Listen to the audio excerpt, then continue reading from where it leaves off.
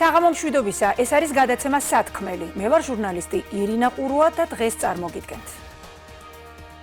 9 აპრილი თარიღი, რომელიც ჩვენი ქვეყნის ორი უდიდესი მნიშვნელობის მოვლენას იტევს. 1989 წელი. როდიონოვის რუსი სამხედროების სასტიკ ძალადობას შეწირული 21 ქართველი. ასობით მოწამლული და დაშავებული დემონსტრანტი. 1991 წელი. საქართველოს დამოუკიდებლობის გამოცხადება. 36 წლის შემდეგ დარღვეული ტრადიცია. 9 აპრილის მემორიალთან ხელისუფლება ვერ მიდის. მოძრაობა სინდისის პატიმრების თავისუფლებისთვის, ქართული ოცნების წევრებს, პარლამენტის წინ შეკრების საშუალებას არ აძლევს.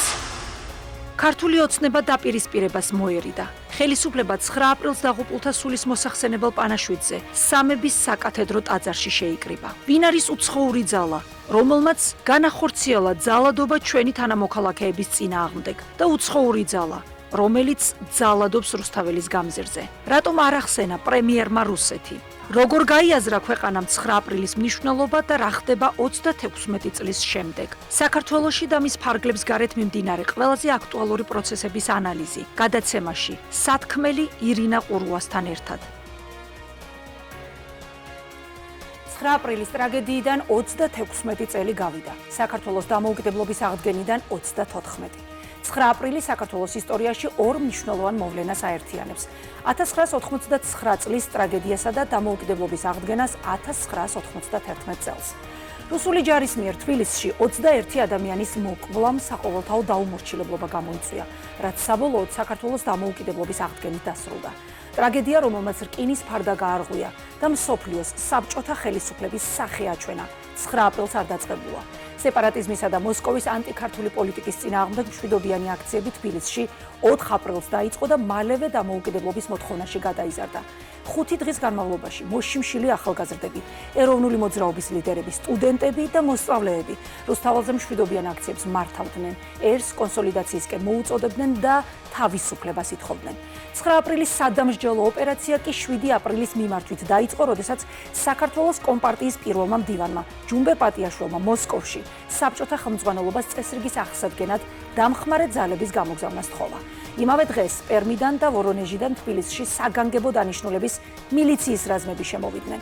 8 აპრილს ამერიკის შეერთებული შტატების საიდუმლო სამსახურების სახელზე გაგზავნილ დაშიფრულ ცნობაში წერია, რომ საქართველოში არსებობს ეთნიკური კონფლიქტის საფრთხე. დოკუმენტში პარალელია გავლებული მთიანი ყარაბაღის გარშემო დაწყებულ სომხეთ-აზერბაიჯანის კონფლიქტთან. 9 აპრილს ღამის 11 საათზე თბილისში კომენდანტის საათი გამოცხადდა. ქალაქის სამხედრო კომენდანტად საბჭოთა არმიის გენერალი იგორ როდიონოვი დაინიშნა. სწორედ ის იყო 9 აპრილის სადამსჯელო ოპერაციის ხელმძღვანელი. 9 აპრილს გამთენიისას რუსულმა არმიამ რუსთაველის გამზირზე შეკრებილი მშვიდობიანი დემონსტრანტების დაშლა დაიწყო. აქციის დარბევისას საბჭოთა ჯარმა გამოიყენა მომწამლავი ქიმიური საშუალებები, ცეცხლსასროლი იარაღი, სასანგრე ბარები, ჯავშან ტრანსპორტიორები და ტანკები. მიტინგის სასტიკ დარბევას 21 ადამიანის სიცოცხლე ემსხვერპლა. ასობით დასახი ჩრდა, დემონსტრანტების დიდი ნაწილი მოიწამლა. ამ ტრაგედიიდან 2 წლის შემდეგ, 1991 წლის 9 აპრილს, საქართველოს პრეზიდენტმა ზვიად გამსახურდიამ ერთიანი საქართველოს დამოუკიდებლობა გამოაცხადა. 9 აპრილს საქართველო დიდებით იხსენებს ქვეყნის დამოუკიდებლობისთვის დაღუპულ გმირებს. ესენი არიან ეკა ბეჟანიშვილი, თამუნა ჭოველიძე, ნათია ბაშალეიშვილი, აზა ადამია, გია ქარსელაძე, ელისო ჭიპაშვილი, ვენერა მეტრეველი, ზაირა კიკვიძე, თამარ მამულაშვილი, თამუნა დოლიძე, თინა ენუქიძე, მამუკა ნოზაძე, მანანა ლოვაძე, მანანა მელქაძე, მარინე ჭყონია, მზია ჯინჭარაძე, ნანა სამარგულიანი, ნატო გიორგაძე, ნოდარ ჯანგირაშვილი, ნინო თოიძე და შალვა ქვასროლიაშვილი.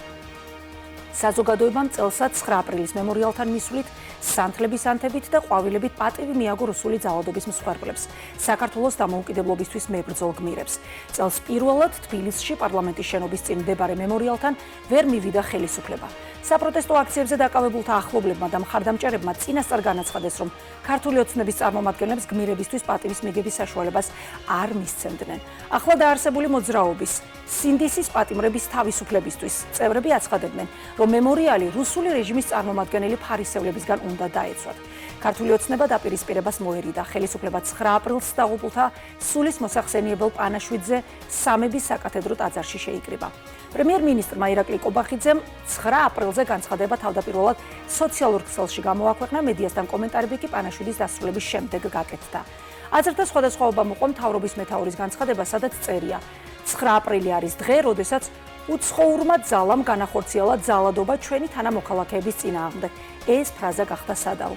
იქვე ვკითხულობთ, ამავდროულად 9 აპრილი არის დღე, რომელმაც გააერთიანა საქართველო, დღე, როდესაც ქართველებს შორის სიყვარულმა ძლია სიძულვილს. 9 აპრილი ასევე არის დღე, როდესაც მონობაზე თავისუფლების იდეამ გაიმარჯვა.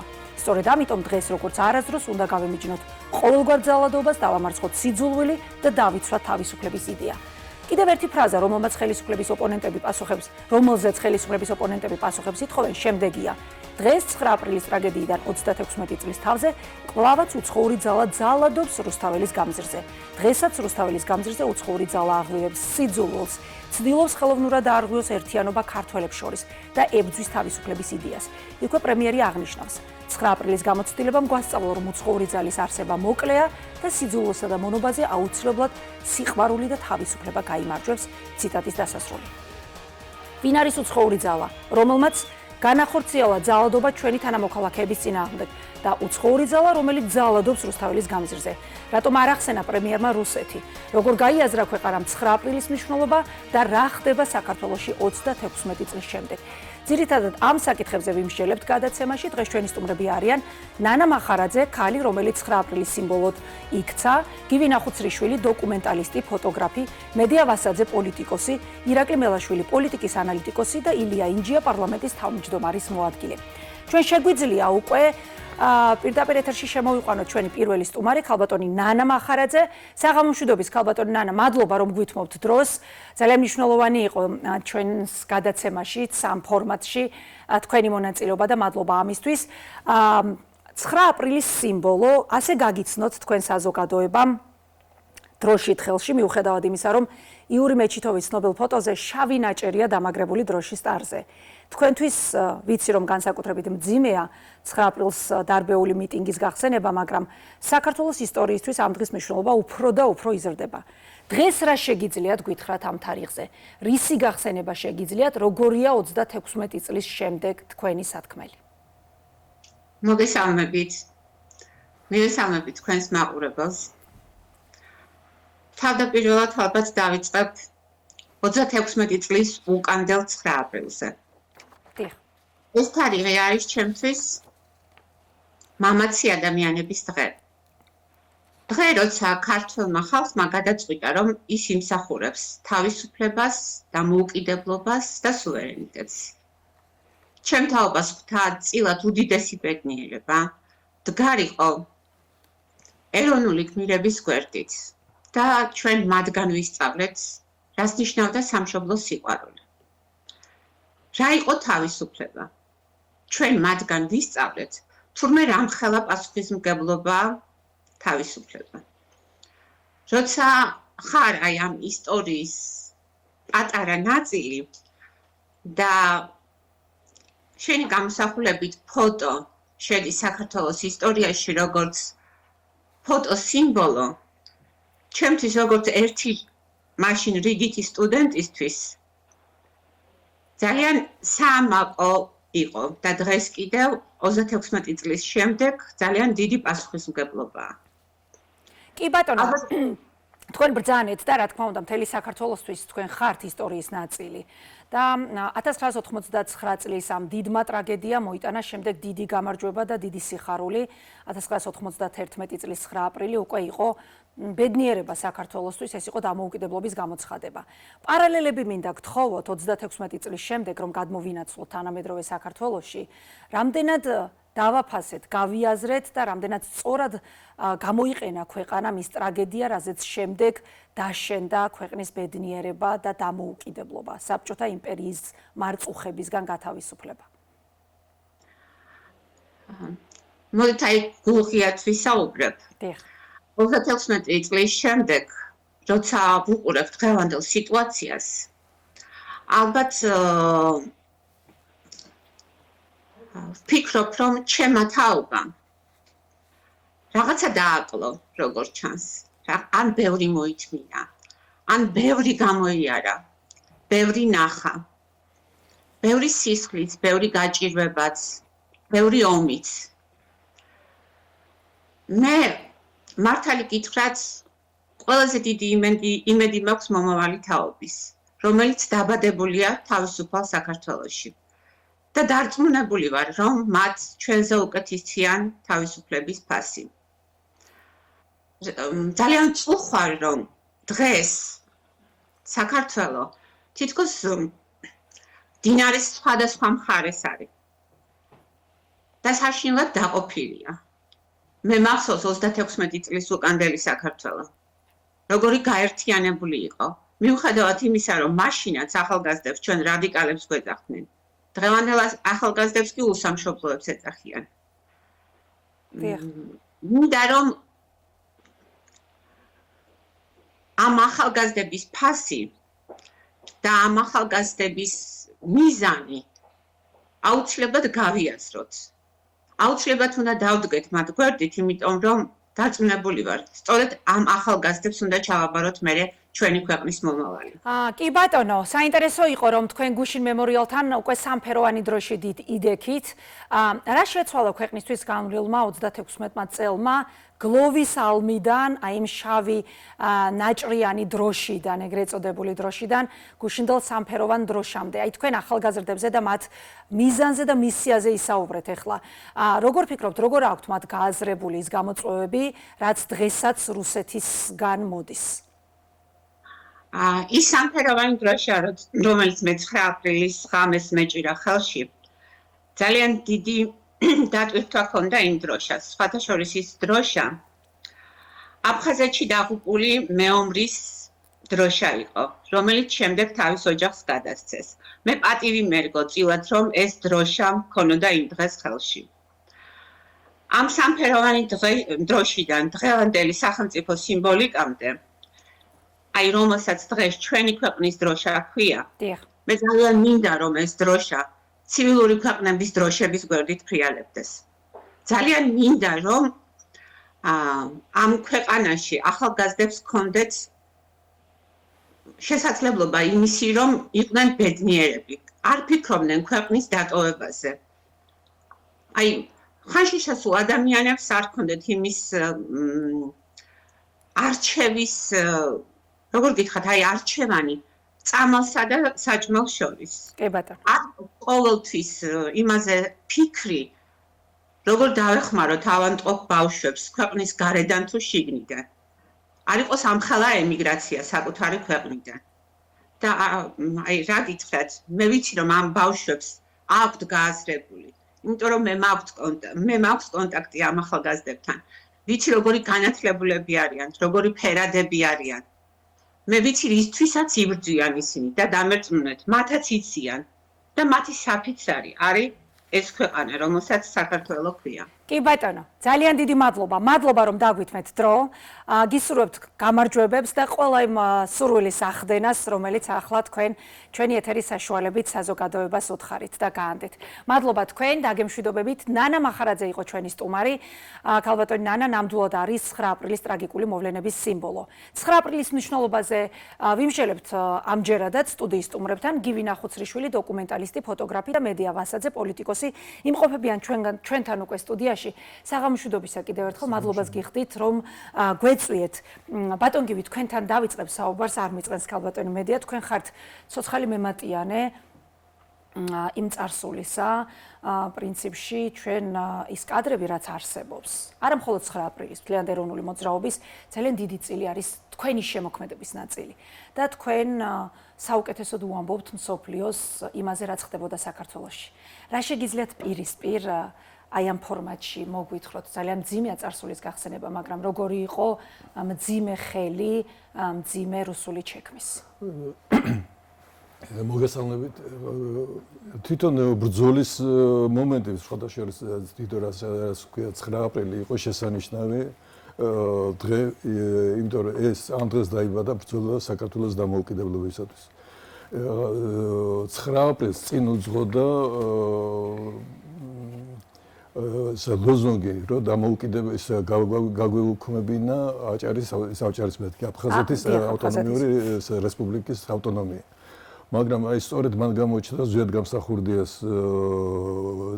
ის გამჭრიახობა, მან შეცვალა ეს ლოზუნგი რამდენიმე დღით ადრე და სწორედ აი ამ ლოზუნგმა რად გვინდა ჩვენ აფხაზეთის ავტონომიის გაუქმება, როცა მთლიანად ვართ დამოუკიდებელი რუსეთზე და გამოიტანეს წინა პლანზე ლოზუნგი საქართველოს დამოუკიდებლობის. აი სწორედ ამან განაპირობა შიში რუსეთის და რუსული ინტელიგენციის, რომელსაც მოითხოვეს რუსეთიდან ჯარის ჩამოყვანა. აქ ჩამოყვანილი იყო არა მილიცია, არამედ ნამდვილი ჯარი, რომელიც მოხსნეს ავღანეთიდან და წამოიყვანეს ეხლა და მახსოვს მე მგონი როდიონოვი იყო მაშინ, რომელმაც თქვა რომ მე არ გირჩევთ ჯარის გამოყენებას, იმიტომ რომ ჯარმა სხვა არაფერი არ იცის გარდა მკვლელობისა და ასეც მოხდა. ასეც მოხდა და ის ურჩევდა რომ თქვენი ძალები დაშალეთ. მაგრამ მაგაშია სწორედ მაგრამ აიც ამ სადამშრომლო ოპერაციის ხელმძღვანელი რა შესაქმე იცით აი სწორედ მაგაშია საქმე რომ აი რუსული ინტელიგენცია მაგითი გამოირჩევა ის უფრო დაუნდობელია ვიდრე და პლუს არაპროფესიონალი.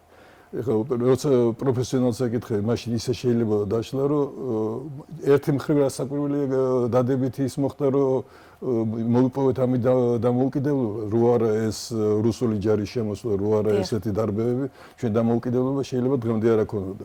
და ეს მარტო ჩვენი დამოუკიდებლობა კი არ იყოს, გავრცელდა მთელ საბჭოთა კავშირში, გახსოვთ თქვენ. კი ბატონო, გარკვეულ დომინოს ეფექტი ჯაჭვური რეაქციის და ეხლა რაც ეხლა პარალელურად ყოველთვის შეიძლება გავავლოთ დღევანდელ დღესა და იმ პერიოდის 9 აპრილს შორის. ეხლა ძირითადი კი ბატონო, აი პოლიტიკურ შეფასების ნაწილისთვის აგიბრუნდებით. ძირითადი სხვაობა რაც არის ეხლა ჩემი აზრით, ყოველ შემთხვევაში ჩემი დაკვირვებით ის არის, რომ მაშინ ლიდერების ყოფნა აუცილებელი იყო, დღეს ლიდერები აღარ არის საჭირო. იმდენად გაიზარდა საზოგადოება, რომ ყველა იბრძვის, ყველა თავის ლიდერები ყველა არის.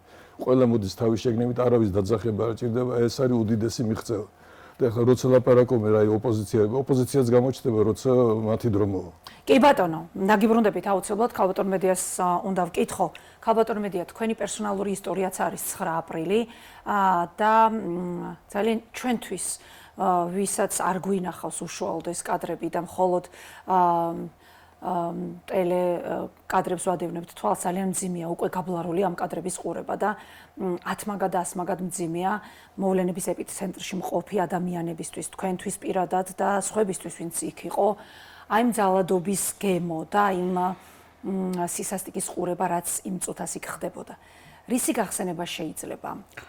რა უნდა იცოდეს ახალმა თაობამ რუსეთის ძალადობრივი რეჟიმის და რუსეთის ძალადობრივი ინტერესების შესახებ?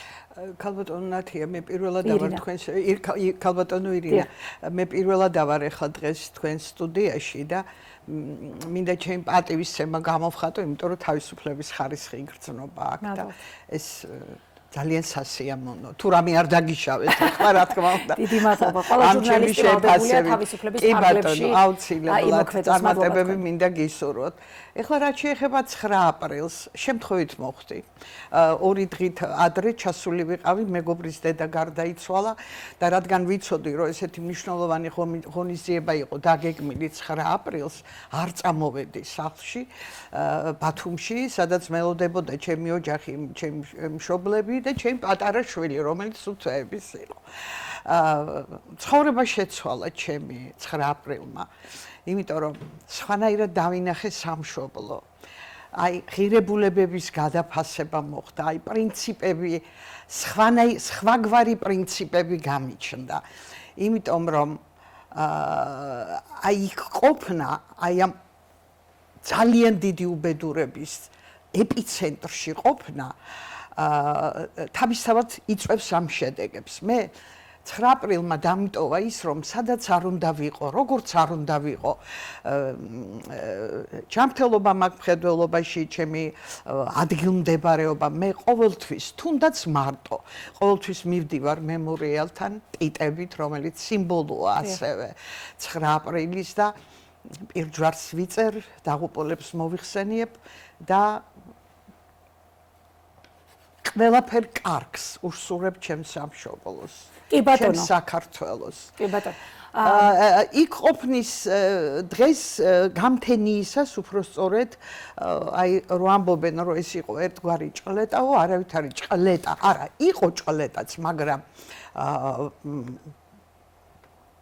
გალესილი ნიჩბებით მოხდა მომიტინგების დაზიანება.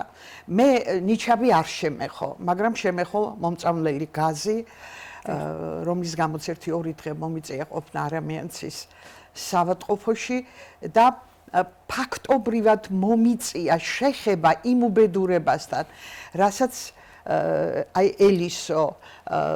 ელისოს გარდაცვალებას მოხვა, იმიტომ რომ ოჯახმა იმ დღეს 3 ადამიანი დაკარგა. ეს არის ელისო, ეს არის მისი 6 თვის ორსული იყო მოგეხსენებათ, მისი ჯერ კიდევ არ მოვლენილი შვილი და როდესაც ელისო სახლში მიასვენეს, დედას გაუსკდა გული და ოჯახიდან 3 ადამიანი დაიღუპა. აი ეს ფაქტი სულ მაგ მოთხოვნილება რომ აი ამ ფაქტის ამგვარი წარმოჩენა მოხდეს. მაგ პატივისცემა საკუთარი თავის იმის გამო რომ ვიყავი ამ დიდი მოვლენის მონაწილე, ჩემი მოგრძალებული შესაძლებლობებით და მაქვს ღრმა პატივისცემა იმ ადამიანების, აი სამთავრობების, აი ხელმძღვანელების მთავრობიდან, რომლებიც ძალიან ობიექტურად მიუკერძოებლად გამოხატავდნენ ყველაფერი იმას, რაც რეალურად არსებობდა და რითაც ისინი კონტაქტში იყვნენ საზოგადოებასთან. კი ბატონო. კი ბატონო. აი ეს პარალელები მინდა ახლა თანამედროვეობასთან გავალოთ, იმიტომ რომ დაუსრულებლად შეიძლება ვისაუბროთ აი ამ ტრაგედიაზე, რაც მოხდა, მაგრამ ალბათ ძალიან მნიშვნელოვანია როგორ გავიაზრეთ ეს.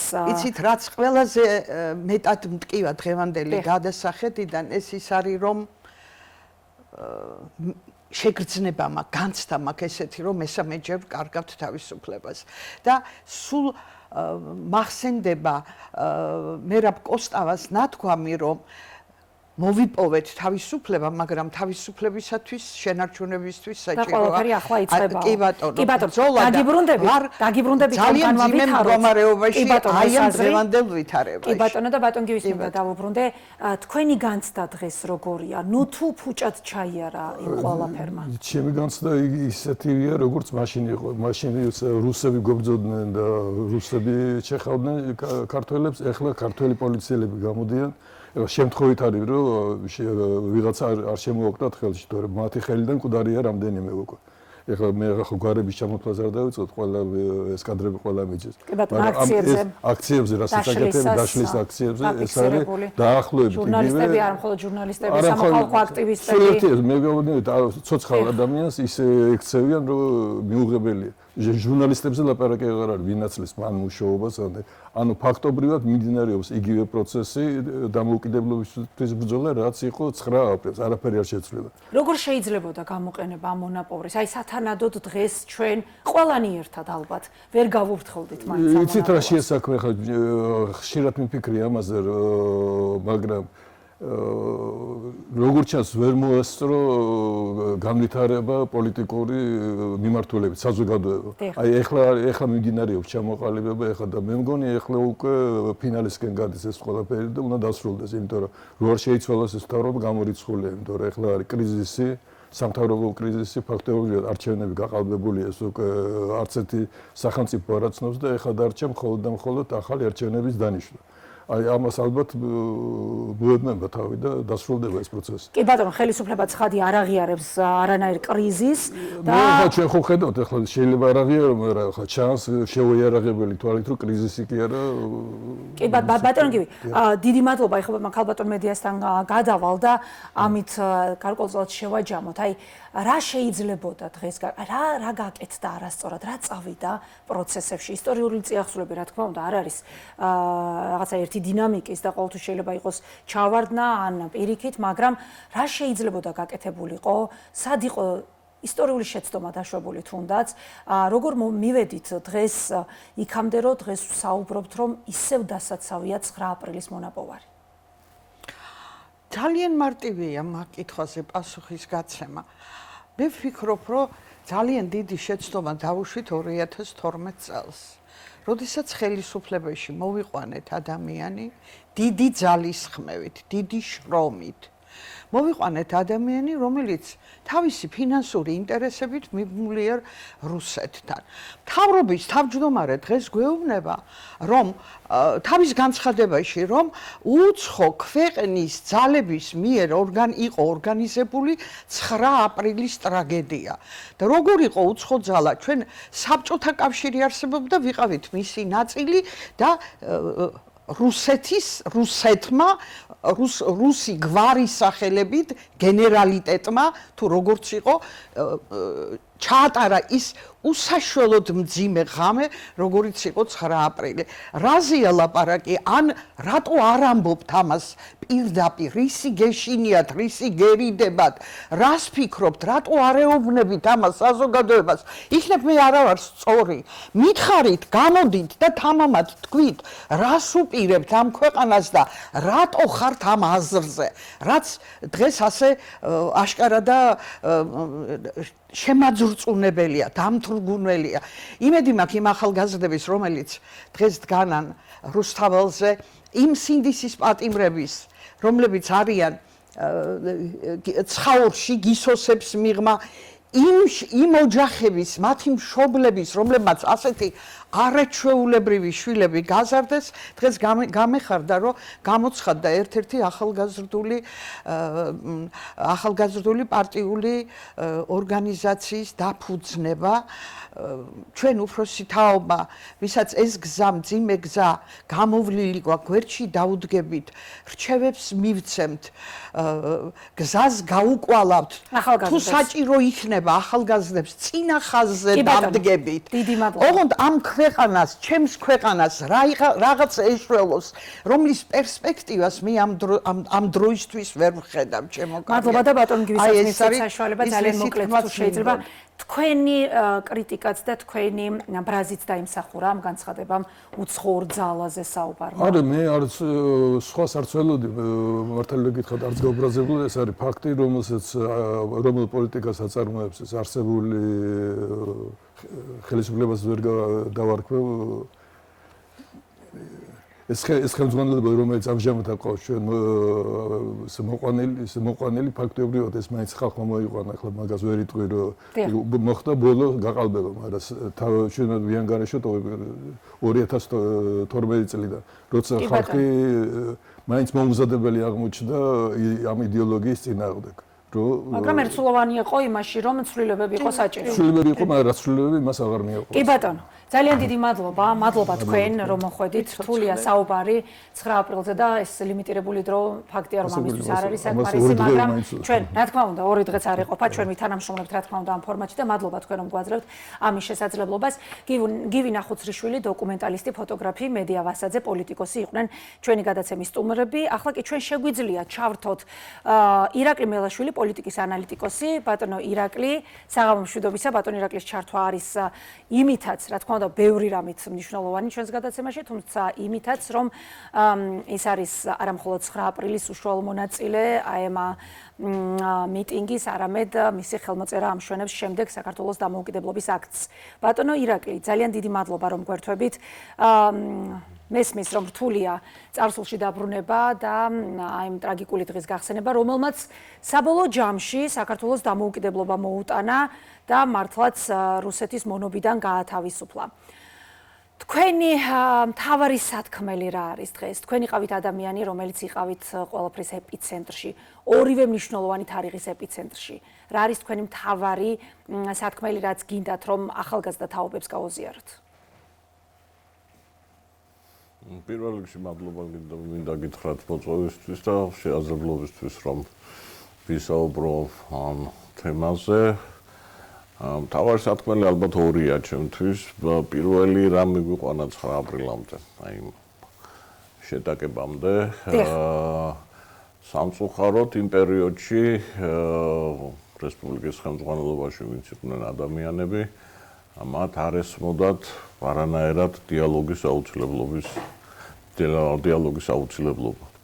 მე მახსოვს კარგად, რომ ცოტა ხნით ადრე სანამ 9 აპრილი მოხდებოდა, სტუდენტების რამდენიმე სტუდენტი შევხვდით მაშინ.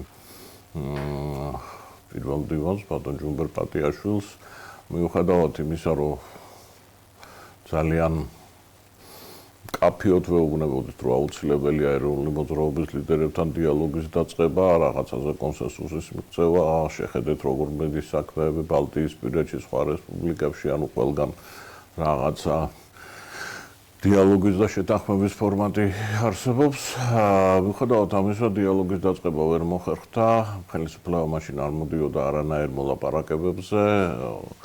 იმ ხალხს, ვინც ქუჩაში იდგა, თვლიდნენ, რომ ესენი არიან რაღაცა უცხოეთიდან მართული ძალები, ანტისაბჭოთა ელემენტები, რომლებიც იყოლიებენ ახალგაზრდებს და ასე შემდეგ, რაღაცა ისეთი ნაცნობი სურათია დღევანდელ მიმართებაშიც.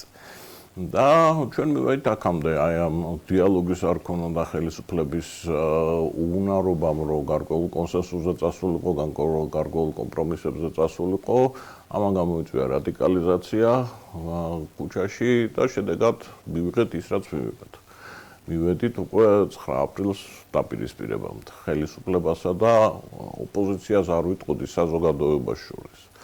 ეს არის გაკვეთილი, რომელიც ვერც ერთმა ხელისუფლებამ საქართველოში საბოლოო ჯამში ვერ ისწავლა მეტნაკლებად ყველა უშვებდა ამ შეშტომას, არ ესმოდა ის, რომ შენ როდესაც მთავრობა შენია, პარლამენტში უმრავლესობა გაქვს, ხელისუფლებაში ხარ, შენ ხარ მართველი არა მხოლოდ იმ ხალხის, ვინც შენ ნაგირჩია, არამედ იმ ხალხზეც ხარ პასუხისმგებელი და იმ ადამიანებზეც, რომელსაც შენი ხელისუფლება არ მოსწონთ. ამიტომ ხელისუფლება პირველ რიგში არის პასუხისმგებელი იმაზე, რომ დიალოგი არსებობდეს ქვეყანაში, თუ ჩვენ გვინდა მშვიდობა. მართლა მშვიდობა გვინდა და განვითარება გვინდა. არ იქნება დიალოგი, არ იქნება კომპრომისები და არ იქნება მშვიდობა. მუდმივად ამ დაძაბულობაში ვიქნებით, რაშიც ვართ მცირე გამონაკლისების გარდა 35 წელი. კი ბატონო, მე ამ პარალელების საშუალებას თქვენ ისევ მოგცემთ ცხადია და მთავარი მაინც როგორ გავიაზრეთ მეორე მთავარი მაინც დიახ, მიუბრუნდეთ ამბავს.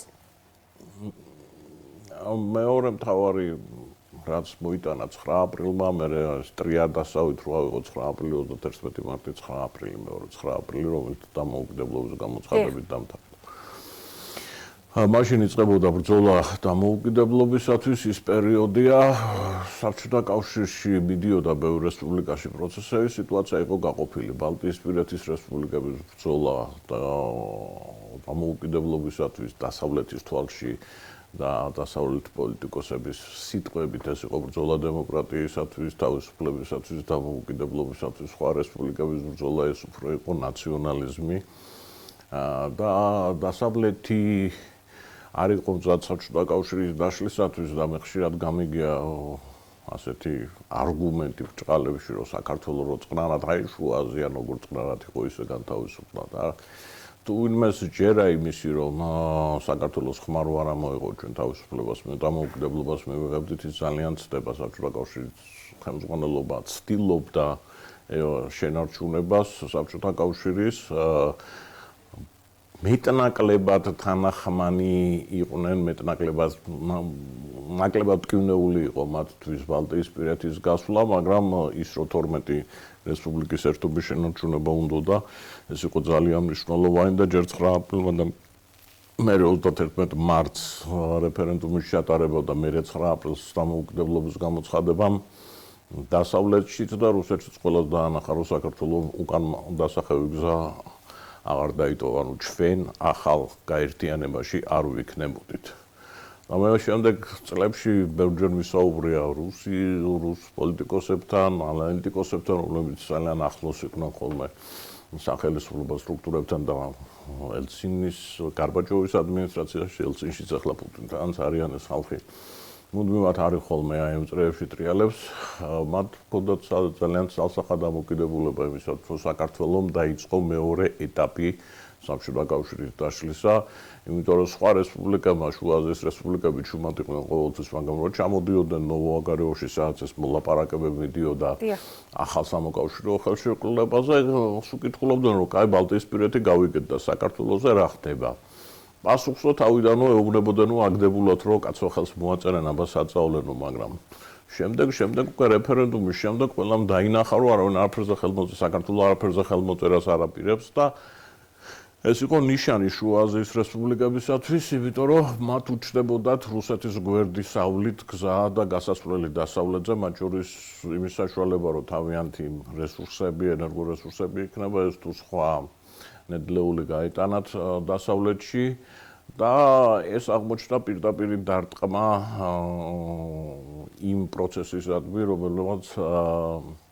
რომელიც ითვალისწინებდა საბჭოთა კავშირის შენარჩუნებას და ერთ-ერთი შეხვედრის წინ გორბაჩოვს უნდა გაემართა შეეკრიფა რესპუბლიკელები და საინტერესო ფაქტი მოხდა რომ ხუთი შუააზიული რესპუბლიკა შეიკრიფა ჯერ ყაზახეთში იქ მოილაპარაკეს და ერთიანი პოზიციით ჩავიდნენ მოსკოვში და ეს იყო ძალიან ნათელი ნიშანი იმისა რომ მათ დაიწყეს ფიქრი იმაზე რომ ნავთობი ჩვენ ხელშია, ბუნებრივი აირი ჩვენ ხელშია, რესურსები ჩვენ ხელშია, მაშინ გასასვლელი გვაქვს რაში გჭირდება მაშინ ისეთი ცენტრი, რომელმაც ეს ყველაფერი უნდა გავკონტროლონ და ძალიან ბევრი პოლიტოლოგი მაშინ მიიჩნევდა, რომ საქართველოს პოზიციამ და საქართველოს აი მტკიცე პოზიციამ გამოიწვია სწორედ ის, რომ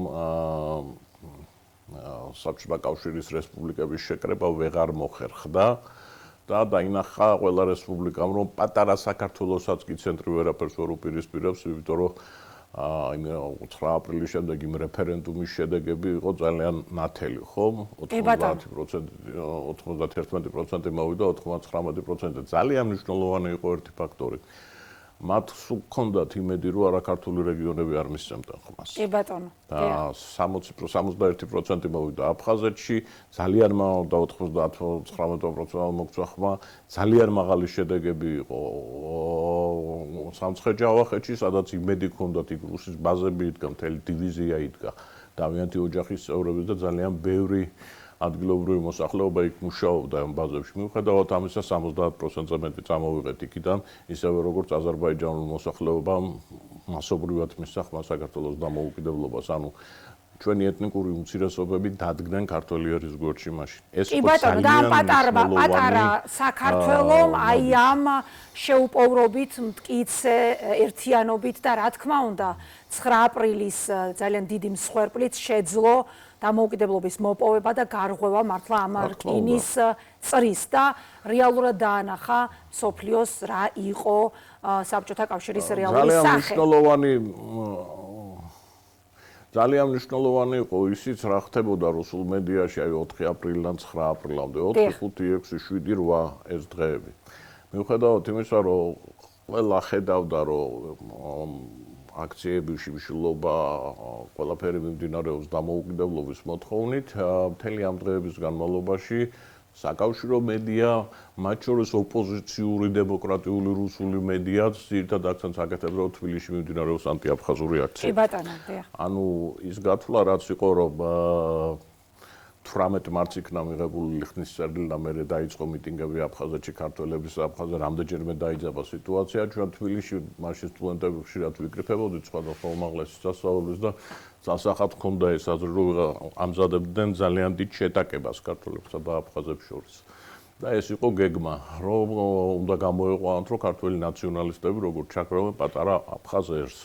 ამიტომ იყო, როდესაც ჩვენ შევხვდებოდით ეროვნული მოძრაობის ლიდერებს, მათი მხრიდანაც იყო ეს აზრი და ჩვენი მხრიდანაც აბსოლუტურად ცალსახად, რომ არანაირი ანტიაფხაზური აქცია თბილისში უნდა გამართულიყო და უნდა გამართულიყო ერთადერთი ლოზუნგი, რაც შეიძლება ყოფილიყო, ეს უნდა ყოფილიყო დამოუკიდებლობის ლოზუნგი, იმიტომ რომ აი ამ დიდ მახეში არ გამოლიყავით, რომლის მიზანი იყო საქართველოს ჩათრევა ეთნოკონფლიქტებში. კი ბატონო, და ვერ მოხერხდა ეს, რა თქმა უნდა, რაღაცა ეთნიკურ ნიადაგზე, აი ამით ვერ შეიფუთა ეს. ერთსულოვნება იყო, კი ბატონო, და დადგა ის ნანატრი დღე ხომ, 1991 წლის 9 აპრილი, რაც ასევე ძალიან მნიშვნელოვანია პერსონალურად თქვენთვისაც, რა თქმა უნდა, საქართველოსთვის, საქართველოს ისტორიისთვის, მაგრამ თქვენთვის ეს იქნებოდა, რა თქმა უნდა, ერთ-ერთი ამაღლებული დღე, არაერთ ინტერვიუში გისაუბრიათ. მე მაინტერესებს, მოხდა რაიმე თქვენს ცხოვრებაში ისეთი, რამაც ეს დღე გადაფარა. აი დღეს რა ადგილი უჭირავს 91 წლის 9 აპრილს თქვენს ისტორიაში? არა, შეუძლებელია, როდესაც მე ეს დღე ძალიან ცუდად მახსოვს, იმდენად ემოციურად იყო დატვირთული. თბილისში არ ვყოფობდი, ბალტიისპირეთში ვიყავი გაგზავნილი და წინა დღეს დამირეკეს და ძლივს ჩამოვასწარი ამ დღეს და ძალიან კარგად ვიცოდი ერთ-ერთი მახსოვს, რომ ფრაზა უთხარი რომელიღაც ჩემ კოლეგას, რომ ჩვენი ცხოვრების მთავარი დღე უკვე შედგა მეთქი და რაღაცა ცოტა ისე ვიყავი 25 წლის ასაკში ახლა. თავარი მოვლენა რომ მოხდება შენ ცხოვრებაში ცოტა უცნაურია ხოლმე, მაგრამ მართლა ესე იყო, რა თქმა უნდა, არა იმ დღეს ვერაფერი ვერ გადაფარავს, იმიტომ რომ ეს დღე ისტორიაშია ჩაწერილი და ხა მე ვერ დავიბრალებ იმას, რომ მე ვიყავი ეს ადამიანი, რომელიც ყველაზე მეტად იმსახურებდა იმ 250 კაცში იმ დეპუტატების რიგში მოხვედრას, ბევრად ჩემზე მეტი ღირსეულები იყვნენ და ბევრად ჩემზე მეტი ჰქონდათ გაკეთებული ამ ქვეყნისათვის. მაგრამ თქვენ იყავით, რა თქმა უნდა, მათ შორის, იმ ღირსეულ ადამიანებს შორის, ბატონო ირაკლი. მე ვიყავი და ნუ ეს ასე ვთქვათ თითი საჩუქარი იყო ხო ბედის და ბედის მოდეხა. კი ბატონო და აი თანამედროვეობის გააზრებაზე და დღეს რა გამოწვევების წინაშე ვართ, ამაზე მინდა კითხოთ აუცილებლად. აი ეს გადააზრების პრობლემა 9 აპრილის არის თუ არა დღეს აქტუალური, ის გამოწვევები რაც ისევ რუსეთიდან მომდინარეობს დღეს რამდენად გვაქვს გაცნობიერებული და 36 წლის მერე, აი 99 წლის 9 აპრილიდან 36 წლის შემდეგ დღეს რა მდგომარეობაშია ჩვენი ქვეყანა, რა თქმა უნდა პოლიტიკურ კონტექსტში. ერთი ჭკვიანი კაცი რიჩარდ ნიქსონი ყოფილი პრეზიდენტი ამერიკის ჩამოვიდა მაშინ რეფერენდუმს რომ ჩავატარეთ საქართველოს და წასვლის წინ გითხრა დაგვიბარა ქართველებს თავარი რამე რომ აფერი პრობლემა თქვენ არ გელოდებათ თავარია მოახერხოთ რომ შიგნით მორიგდეთ. აი ეს არის თავარი პრობლემა 35 წელია ჩვენი დამოუკიდებლობის. 9 აპრილის თავარი გაკვეთილი დასაწყისშიც ვისაუბრე არის სწორედ იმაში რომ დიალოგის არ ქონა ხელისუფლების სურვილმა და ხელისუფლების ხედვამ რომ ისინი არიან ერთ პირველი მმართველები ქვეყანაში და რასაც უნდა იმას გააკეთებენ მიგვიყვანა მაშინ იმ შეტაკებამდე და მე იმ ტრაგედიამდე იმიტომ რომ ადამიანები დაიღუპა. და სინამდვილეში ეს დაძაბულობა მუდმივად მეორდება საქართველოში ყველა ხელისუფლების დროს, როდესაც ხელისუფლება კარგავს იმის უნარს, რომ დიალოგი აწარმოოს საზოგადოებასთან. არა მხოლოდ ოპოზიციასთან, არამედ საზოგადოებასთან. დღესაც ასეა, ბატონო ირაკლი, აი დღევანდელ მოცემულობაზე შეიძლება ამის თქმა? დღესაც ასეა, აბა რა არის. რა თქმა უნდა, ასეა, შევხედოთ ხო, ორი პარალელურ სამყაროში ვცხოვრობთ, ერთი სამყარო არის ხელისუფლება, რასაც წარმოადგენს და რასაც ლაპარაკობს, მეორე სამყარო არის საზოგადოების მნიშვნელოვანი ნაწილი, რომელიც ქუჩაში დგას, დაპატიმრებულია ათობით ახალგაზრდა, აკავებს ჟურნალისტებს და თქვენი კოლეგა მზია. დიახ. სამბავი ყველამ ვიცით და ყველა ვითხოვთ ვის განთავისუფლებას, მაგრამ ყრუკედელია ხო ჯერჯერობით ჩვენს წინ. ხელისუფლება ამას არ იმჩნევს, ის ადამიანები, ვინც ქუჩაში გამოდიან დემოკრატიული ღირებულებისათვის, ევროპული არჩევანისათვის, ამ ადამიანებს აქეთ უსამშობლოებს ეძახის. სანამდე მივა ეს ერთმანეთისათვის უსამშობლოს და მოღალატის და ყველაფერი ცუდის სახელი აღარ მინდა გავაწვავო. ამას არც კარგი არ მოუტანია ქვეყნისათვის, საქართველოსთვის და ამიტომ პირველ რიგში ხელისუფლებას ეკისრება პასუხისმგებლობა იმ პოლიტიკურ კლიმატზე, რომელიც არის ქვეყანაში შექმნილი. ხელისუფლების აგრესია ერთი არის, როდესაც ქვევით გეხარდა შენ ხელისუფლებას რაღაცას ეუბნება, მეორე როდესაც შენ ხარ ხელისუფალი, მთელი ძალაუფლება, სამართალდამცავი სტრუქტურა, ძალოვანები, ყველაფერი შენ ხელშია და იქიდან საზოგადოებას ზევიდან ელაპარაკები და უყვირი და ლანცღავ და შეურაცხყოფას აყენებს, ორი სხვადასხვა რამეა. ოპოზიციას ბევრად მეტის უფლება აქვს ვიდრე ხელისუფლებას ამ კუთხით, იმიტომ რომ ძალიან განსხვავებული არის ხელისუფლების და ოპოზიციის პასუხისმგებლობები. ხელისუფლებას იმიტომ ირჩევენ, რომ ქვეყანა უნდა მართოს და ის კიდევ ერთხელ ვიმეორებ, პასუხისმგებელია ყველაზე თავის მომხრეზეც და მოწინააღმდეგეზეც. მე ვისურვებდი, რომ მალე გაეგოს ეს ხელისუფლება. კი ბატონო, მადლობა. იმიტომ რომ ძალიან მძიმე იქნება განვითარება თუ ეს ასე არ მოხდა. ძალიან დიდი მადლობა. მადლობა თქვენი დროისთვის. ჩვენ ვუსმენდით ირაკლი მელაშვილს, ბატონო ირაკლი პოლიტიკის ანალიტიკოსია. ჩვენ შეგვიძლია გადაცემის დასკვნით ბლოგში კიდევ ერთი საინტერესო სტუმარი შემოგთავაზოთ, ბატონი ილია ინჯია ჩაგვერთვება პირდაპირ ეთერში, საქართველოს პარლამენტის თავმჯდომარის მოადგილე. შემოგვიერთდა უკვე პარლამენტიდან. ბატონო ილია, საღამო მშვიდობისა. მადლობა თქვენი დროისთვის, მადლობა რომ მონაწილეობთ გადაცემაში. თუ გქონდათ საშუალება, არ ვიცი, რამდენად შეგეძლოთ გესმინათ ჩვენი სტუმრისთვის, მოკლედ პოლიტიკურ კონტექსტში ბატონი ირაკლი მელაშვილი, პოლიტიკის ანალიტიკოსი, ამბობდა, რომ დღეს საზოგადოებას და ხელისუფლებას შორის არის დიალოგის დეფიციტიო. მოდით, ამით გავხსნათ, თუ შეიძლება ჩვენი ინტერვიუ. თქვენ როგორ ფიქრობთ, როგორ აფასებთ ამ პოზიციას და თქვენი გამოხმაურება როგორ იქნება ამ მოსაზრებაზე? საღამო მშვიდობის, მოგესალმებით, მივესალმებით ჩვენს ნელმაყურებელს. საზოგადოებასა და პოლიტიკოსებს შორის ვფიქრობ, საკმარისი დიალოგი მიმდინარეობს, განსაკუთრებით საგამოძიებო კომისიის ფარგლებში, თითქმის ყოველდღიურ დღეში რამდენჯერმე არის ამ თემების განხილვა. ყველა ის პოლიტიკური მოვლენა არჩება უყურადღებოდ და ყველაფერზე კეთდება რეაგირება. ვფიქრობ, რომ ამ ეტაპისთვის საკმარისი ურთიერთობა არის. აქ უფრო იგულისხმებოდა აქციებზე გამოსული საზოგადოების ნაწილი. ამ კონტექსტში რას გვეტყვით, ბატონო ილია? ხო. დიახ.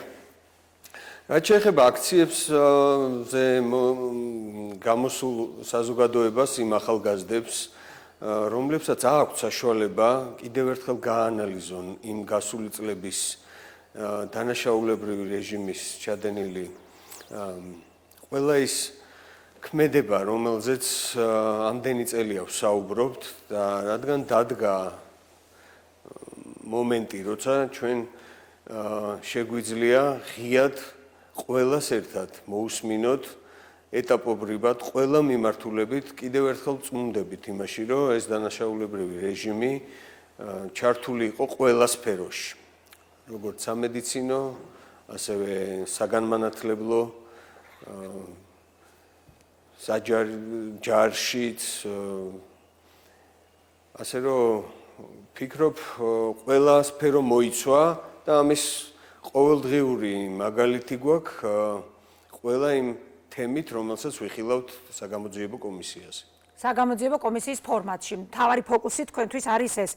კი ბატონო, ბატონო ილია, მინდა გთხოვოთ პრემიერ-მინისტრის განცხადების კომენტირება. ჩვენ მეორე დღეა უკვე გვესმის აზრთა სხვადასხვაობა და ხელისუფლების ოპონენტების კრიტიკული შეფასებები, ამიტომ ძალიან მნიშვნელოვანია თქვენ როგორ უყურებთ განცხადებას იმის შესახებ, რაც ბატონმა ირაკლი კობახიძემ თავდაპირველად სოციალურ ქსელში გამოაქვეყნა. 9 აპრილი არის დღე, როდესაც უცხოურმა ძალამ განახორციელა ძალადობა ჩვენი თანამოქალაქეების წინააღმდეგ.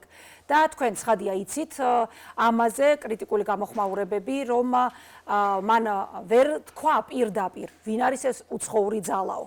თქვენ დაგაკლდათ თუ არა სიცხადე, თქვენთვის რისი მთქმელი იყო ეს განცხადება და თქვენ პერსონალურად ითხოვდით თუ არა მეტ სიცხადეს ამავე განცხადებაში და არა შემდეგ მაგალითად კომენტარების სახით გაკეთებულ ახსნა განმარტებებში.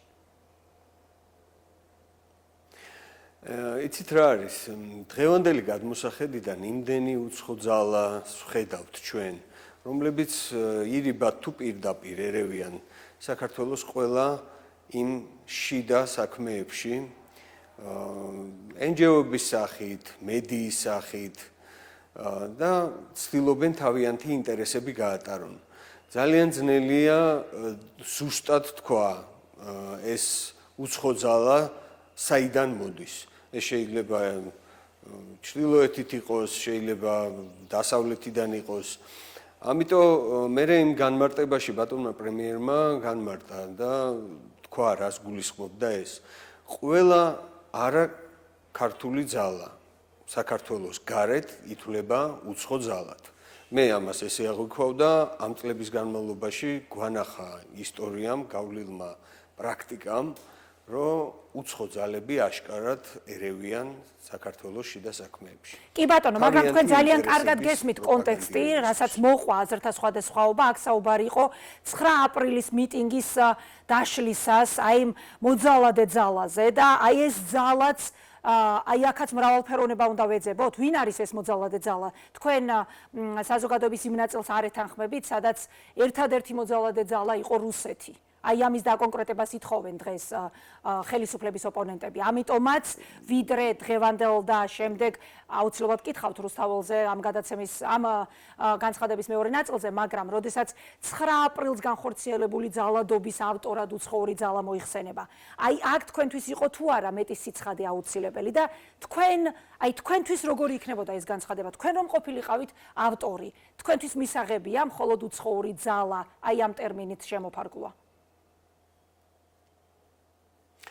იქიდან გამომდინარე, რომ კიდევ ერთხელ გამეორდები, როდესაც ჩვენ ვხედავთ სხვადასხვა მხრიდან, სხვადასხვანაირად შეფუთული ინტერესები, როგორ პროპაგანდირებს საქართველოში.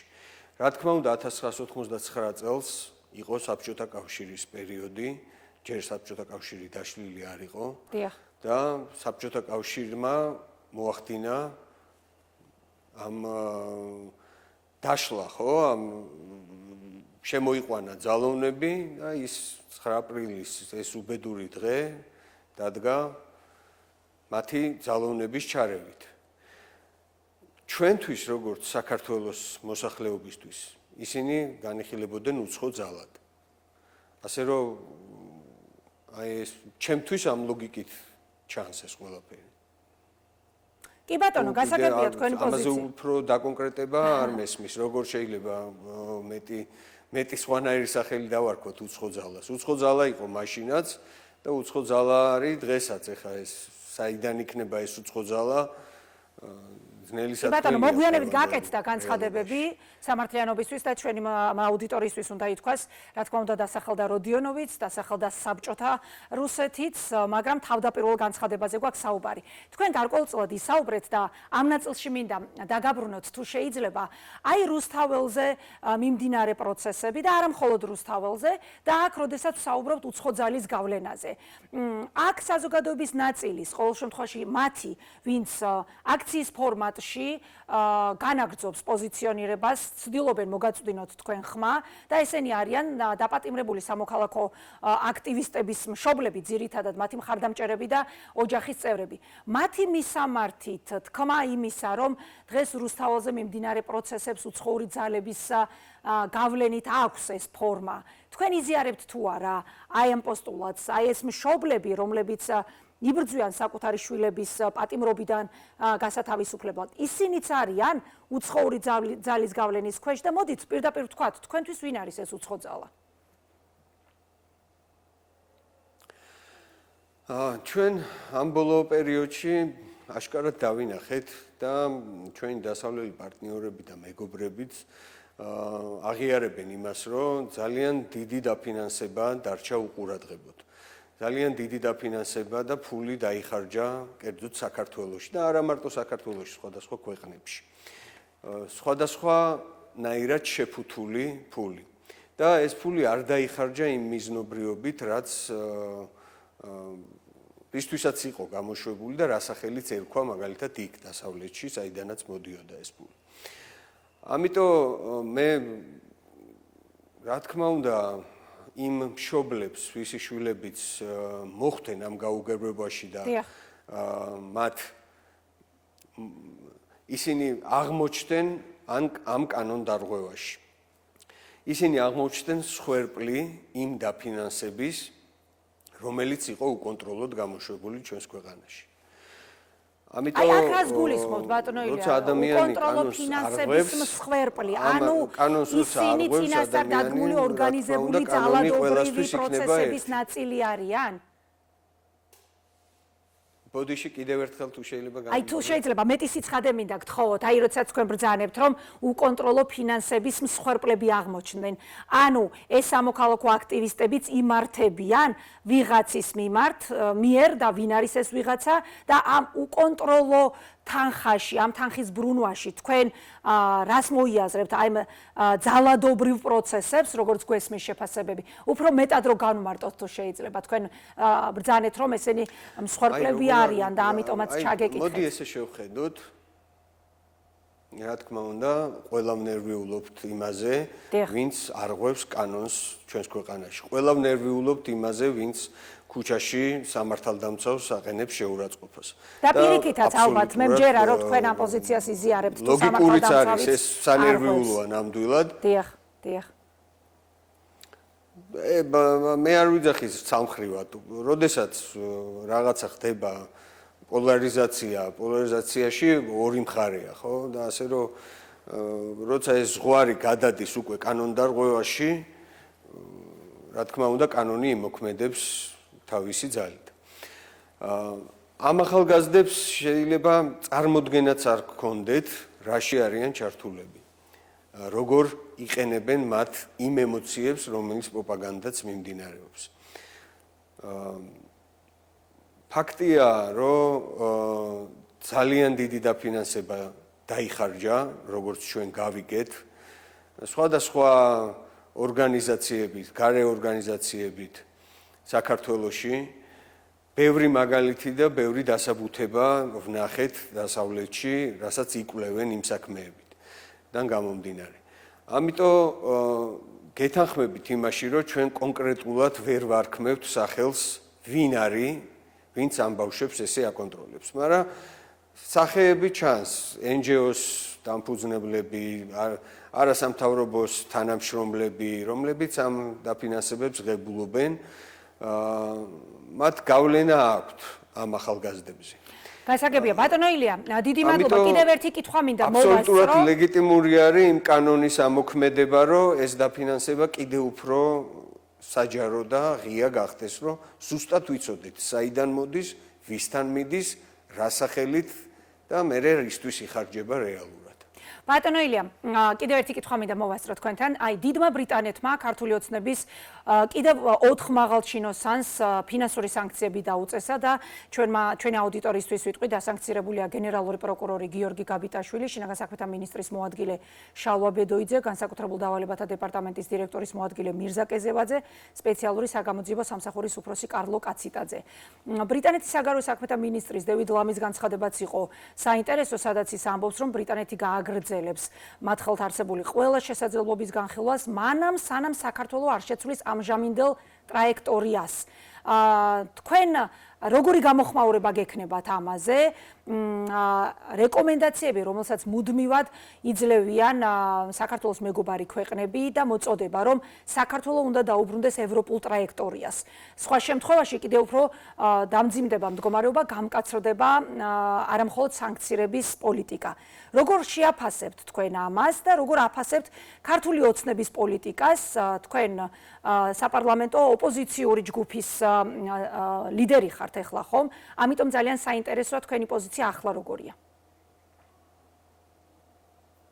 კი ბატონო, გაგიმარტავთ. მე ამას ესე უყურებ. მოდი დავიწყებ იქიდან, რომ საპარლამენტო ოპოზიციის ლიდერი ახსენეთ თქვენ და დიახ, ეს ესეა და ეს არ ნიშნავს იმას, რომ ქვეყნის ინტერესები არ გვაქვს საერთო ჩვენს და უმრავლესობას. პირველ რიგში ჩვენ რა თქმა უნდა გამოვდივართ ქვეყნის ინტერესებიდან. ეხლა რაც შეეხება იმ სანქცირების პოლიტიკას, კი ბატონო. თქვით და სანქცირების პოლიტიკაზე დიდი ბრიტანეთის მხრიდან. მე ამას უყურებ, რომ ეს აშკარად უხეშად ჩარევა არის ჩვენს შიდა საქმეებში და ცოტათი ეს რიტორიკა შანტაჟის ენას გავს. ჩვენ შიგნით, ჩვენ თვითონ უნდა გადავწყვიტოთ, როგორ დავალაგოთ ეს ქვეყანა, რომელი კანონი იყოს უფრო მნიშვნელოვანი და რომელ ეტაპზე გვჭირდება ამ კანონის მიღება. ჩვენს პარტნიორებთან, მათ შორის ბრიტანეთთანაც არ ამგონია საერთაშორისო ურთიერთობებში რამე შეგვშლოდეს. ასე რომ ამ მიმართულებით მე ჩემი ქვეყნის ინტერესებიდან გამომდინარე ეს ის მომენტია, როდესაც უმრავლესობის აზრი და ჩვენი საპარლამენტო ოპოზიციის აზრი ერთმანეთს ემთხვევა. კი ბატონო, ძალიან დიდი მადლობა. მადლობა ბატონო ელია. რაღაცა ეკო. დიახ, კი ბატონო, ცხადია, ამ შემთხვევაში თქვენ ხაზს უსვამთ, რომ თქვენი პოზიცია აბსოლუტურად ემთხვევა ქართული ოცნების პოზიციას. მადლობა, რომ დაგვითმეთ დრო, მადლობა, რომ ჩემი პოზიცია ემთხვევა ჩვენი ქვეყნის ინტერესებს. გასაგებია, დიდი მადლობა. ჩემი ქვეყნის ინტერესების დაცვას ემთხვევა. ილია ინჯია, საქართველოს პარლამენტის თავმჯდომარის მოადგილე იყო ჩვენი სტუმარი. მადლობა მას და დავემშვიდობოთ. და ჩემი სათქმელი ისევ უცვლელია მედია მენეჯერი, ნეტგაზეთისა და ბათუმელების დამფუძნებელი მზია ამაღლობელი კვლავ პატიმრობაში რჩება. ამიტომ მე მას კვლავ ხარდაჭერას უცხადებ. თავისუფლება მზია ამაღლობელს. ასეთი იყო დღეს ჩვენი სათქმელი. მადლობა რომ გვიყურეთ.